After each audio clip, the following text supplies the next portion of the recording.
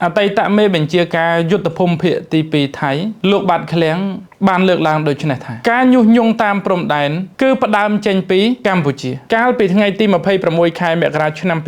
2026អតីតមេបញ្ជាការកងទ័ពភូមិភាគទី2ថៃបានផ្ដល់បទសម្ភាសន៍អំពីស្ថានភាពព្រំដែនកម្ពុជាសៀមដោយបញ្ជាក់អំពីស្ថានភាពបច្ចុប្បន្នគឺស្ថិតនៅក្នុងដំណាក់កាលឈប់បាញ់និងការរក្សាកម្លាំងរៀងៗខ្លួនតែប៉ុណ្ណោះលោកបានអះអាងថាសកម្មភាពផ្សព្វផ្សាយអំពីការញុះញង់នៅតាមព្រំដែនភាគច្រើនគឺចាប់ផ្ដើមចេញពីខាងកម្ពុជាដោយសារខ្សែបន្ទាត់ព្រំដែនមានប្រវែងជាង 1000 គីឡូម៉ែត្រដូច្នេះអាចមានចំណុចខ្លះដែលមានទំនាក់ទំនងល្អនិងចំណុចខ្លះទៀតមានការប្រឈមមុខដាក់គ្នាទោះជាយ៉ាងណាក៏ដោយលោកបានបញ្ជាក់ថាទាហានថៃនៅតែបន្តរក្សាវិន័យយ៉ាងតឹងរ៉ឹងនិងប្រកាន់ខ្ជាប់នៅច្បាប់ទម្លាប់ដើម្បីបង្ការកុំឲ្យមានការផ្ទុះអាវុធឬចំនួនរីករាលដាលកាន់តែខ្លាំងជំហានបន្ទាប់គឺត្រូវរងចាំឲ្យរដ្ឋាភិបាលនៃប្រទេសទាំងពីរបើកតុចរចាដើម្បីស្វែងរកសន្តិភាពឲ្យបានច្បាស់លាស់នេះមិនមែនជាលើកទី1ដែលបុគ្គលបាត់ឃ្លាំងបានលើកឡើងអំពីស្ថានភាពតេតើងជាមួយនឹងព្រំដែនក៏ដូចជាការចោទប្រកាន់មកលើកម្ពុជានោះទេបងប្អូន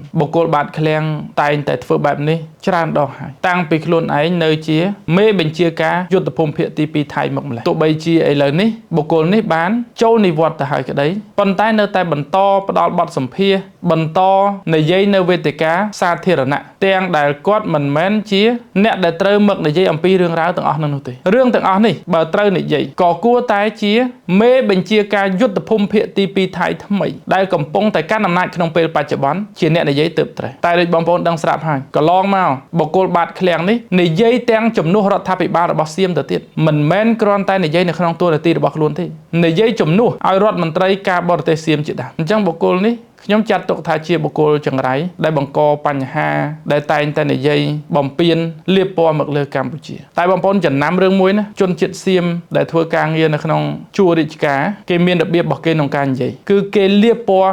ដូចគ្នាគេនិយាយញុះញង់មកលើកម្ពុជាដូចគ្នាគេប្រើភាសាដូចគ្នាតែម្ដងអញ្ចឹងទៅបានមានពាក្យមួយឃ្លាគេថាពេលខ្លះគេនិយាយការកុហកច្រើនដងវានឹងคล้ายជាការពិតអរគុណបងប្អូនជម្រាបលា